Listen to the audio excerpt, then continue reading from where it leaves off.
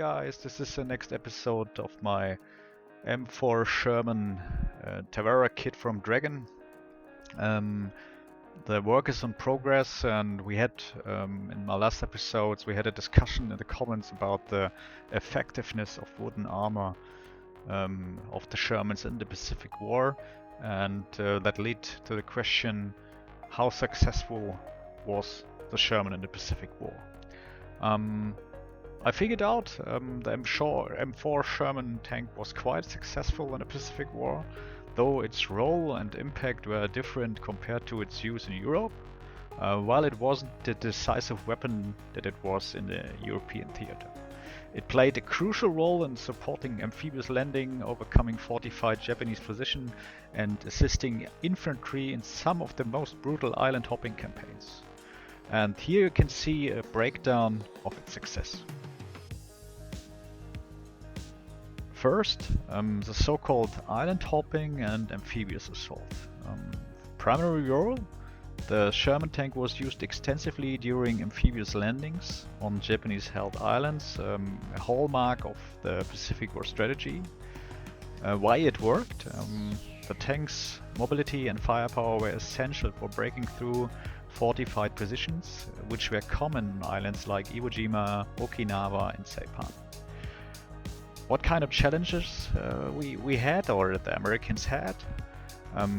However, the rough terrain, coral reefs, dense jungle, and volcanic rocks often made it hard for tanks to move easily.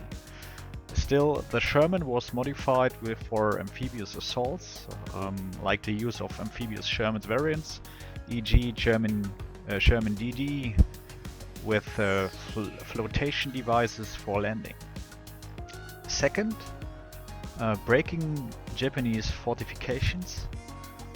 The Japanese heavily fortified their islands positions with bunkers, pillboxes, caves, and trench systems. This made traditional infantry assaults very costly. Sherman tanks with their 75mm gun, machine guns, and flamethrower variants like the M4A3R3 Zippo were used to destroy the structures. Flamethrowers were particularly effective in clearing caves and underground bunkers, which were a major defensive strategy of the Japanese. Third, the psychological impact.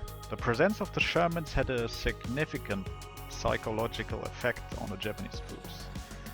The sight of heavily armed mobile tanks coming ashore could cause panic and lower morale.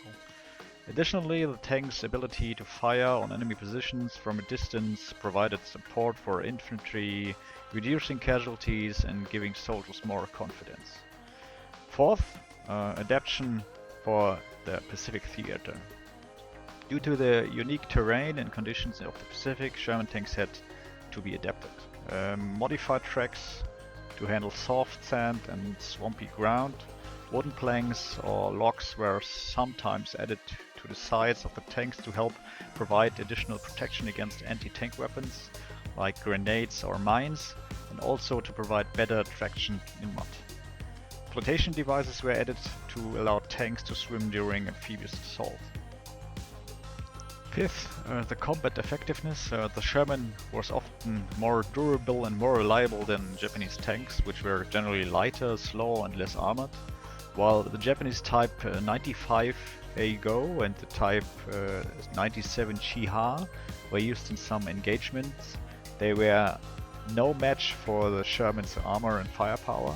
The 75mm gun was more than sufficient to deal with the Japanese infantry, bunkers, and lightly armored vehicles they faced. 6. Limitations. The Shermans did face some limitations in the Pacific. The tank was not as effective in jungle combat or in terrain where it couldn't get sufficient traction. The range of the 75mm gun, while adequate, was not as powerful as some other anti-tank guns, so it struggled against heavily fortified positions or when facing more sophisticated Japanese anti-tank weapons. Logistical issues, while affecting in some engagement, the Sherman had logistical challenges like the difficulties of moving tanks across coral reefs and beaches.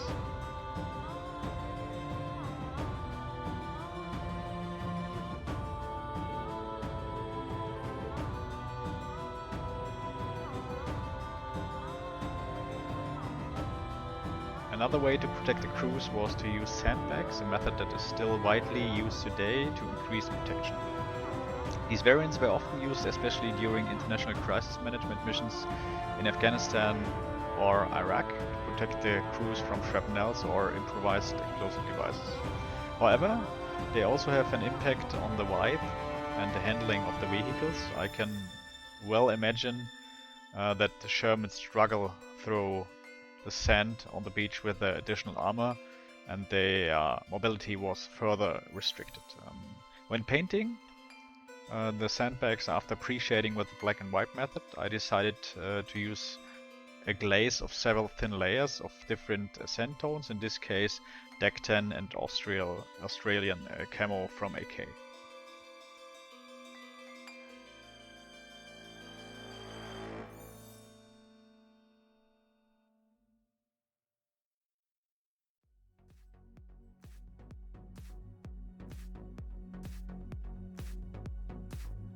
When painting, it is important to build up the effects layer by layer. I used 4 to 5 coats of Australian camo for the base color and then worked out the folds and the bumps by adding Deck 10. By applying a very thin coat, you can create a really smooth transition. After everything has dried for 24 hours, you can further enhance the depth effect with the wash. Blend the whole thing with odorless thinner or white spirit, and the sandbags are almost done. For more variety, I highlighted the cords for clothing with a brown tone.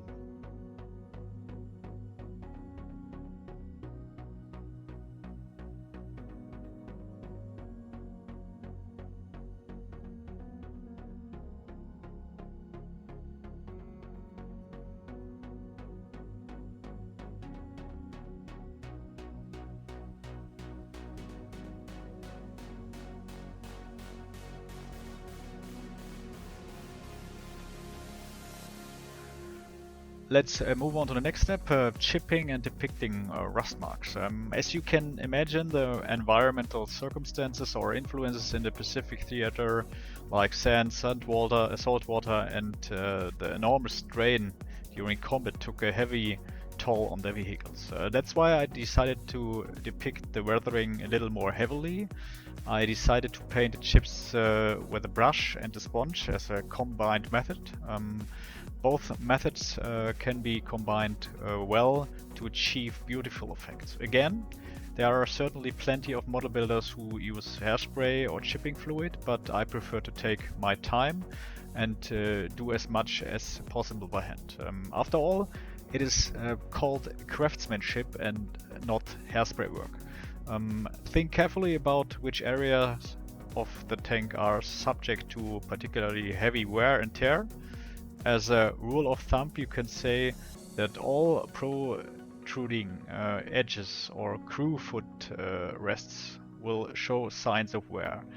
Build up the effect slowly. If you are working with a sponge, I recommend using it very carefully and doing several passes in a row. But using the retarder, you will also have enough time to correct any mistakes with water. It takes a little longer to dry, but you can correct your mistakes if there was a little too much paint on the sponge.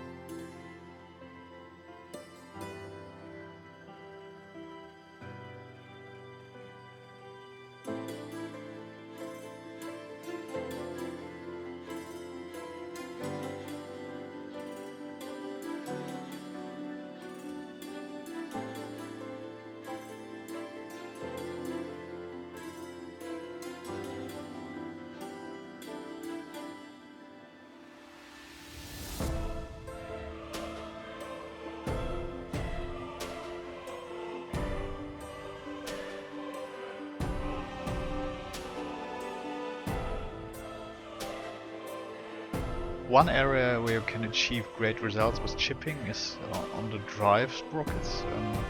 If you do it right, you can use the following oil paints and chips to create great contrast and further refine the model.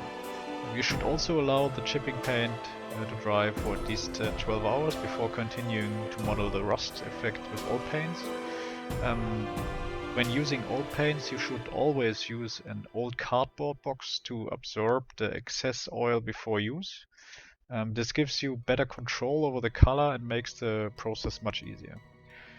Apply raw and burnt umber to the areas where the rust should settle on the chips and blend them in with odorless thinner or white spirit. Sometimes more, sometimes less. Again, some practice is needed to create these typical rust streaks. If necessary, work in several passes, as the result is often only really visible once it has dried. The advantage of oil paints over other products is that you have plenty of time to create the effect you want. This would be much more difficult with animal products. Even the next day, you can still correct or change small mistakes.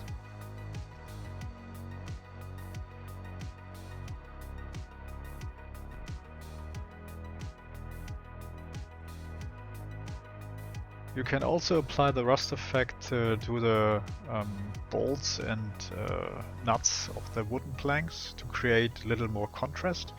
However, you will need to be careful with the ink that is applied previously in the previous steps, just to make sure that you do not remove it from the planks. If necessary, apply a coat of clear varnish before continuing to work on this area.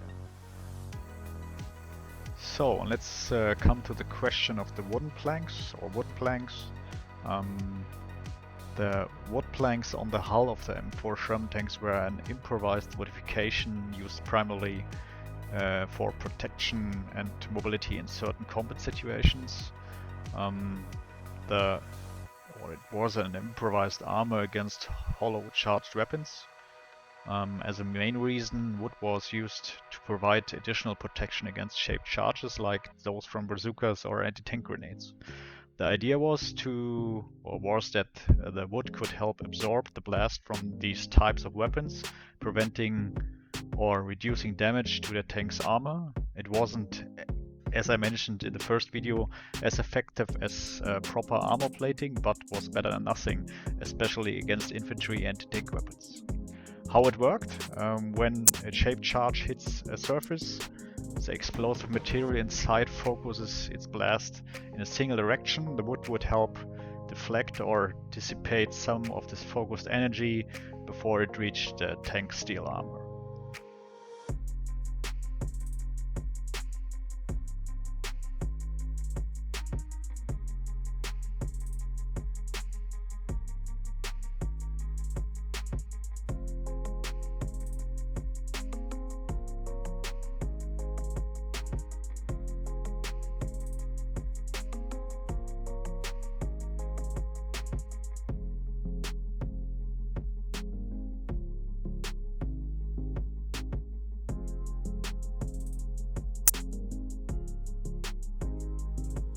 Now we come to the last step for today, painting the board tools and the tow ropes.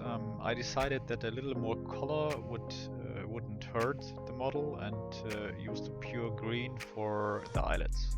Normally the tools would be painted in the same color as the tank, but that would make the model look very boring. So I deviated from that a little. Then treat the islands with chipping paint and blend them with oil paints, as mentioned earlier. This creates a nice contrast and a great effect on the model. Paint the tow rope with steel paint and apply a rust film with oil paints here as well. I took a different approach with the board tool. This time I used shades of gray as a base and added highlights with lighter shades of gray. I started with a light wood tone for the wood, and then added brown accent wet on wet at the ends and around the eyelets and fasteners. And in the end, I highlighted the eyelets themselves with dark yellow, and some screws or raised areas, just to create more contrast.